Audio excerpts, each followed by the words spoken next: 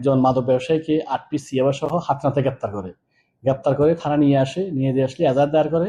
এজাহার দায়ের করার ফলে রাত 10:30টার সময় স্থানীয় বিএনপির নেতা এনামুল হক মেম্বার, 6 নং ওয়ার্ডের সদরপুর ইউনিয়ন মেম্বার এবং স্থানীয় জামাতের নেতা সুজন আলী, আলাউদ্দিন, শফিকুল ইসলাম, শাহিদুল ইসলাম সহ থানায় এসে তদবির করে মাদক ব্যবসায়ী ছেড়ে দেওয়ার জন্য। যেহেতু সারা দেশে আমাদের স্বরাষ্ট্র মন্ত্রণালয় এবং আমাদের পুলিশ সুপার মহোদয়ের নির্দেশে মাদক অভিযান চলতেছে, তাদেরকে বারবার নিষেধ করার পরেও তাদেরকে মাদক ধরার কারণে ছাড়া যাবে না। তারপরেও তথাপিও তারা বারবার তদবির করছে।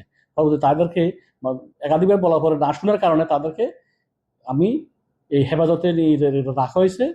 কেন তারা মাদক ধরার পরও তারা তদবির করতেছে, নিশ্চয় তারাও এই মাদক ব্যবসার সাথে জড়িত, অথবা তাদেরকে এই উৎসাহ দেয় মাদক ব্যবসা করার জন্য। এই জন্য তাদেরকে আমি হেফাজতে রাখছি। পরবর্তীতে ঊর্ধ্বতন কর্তৃপক্ষের সাথে আলোচনা করে তাদের বিরুদ্ধে আইনগত ব্যবস্থা গ্রহণ করা হবে।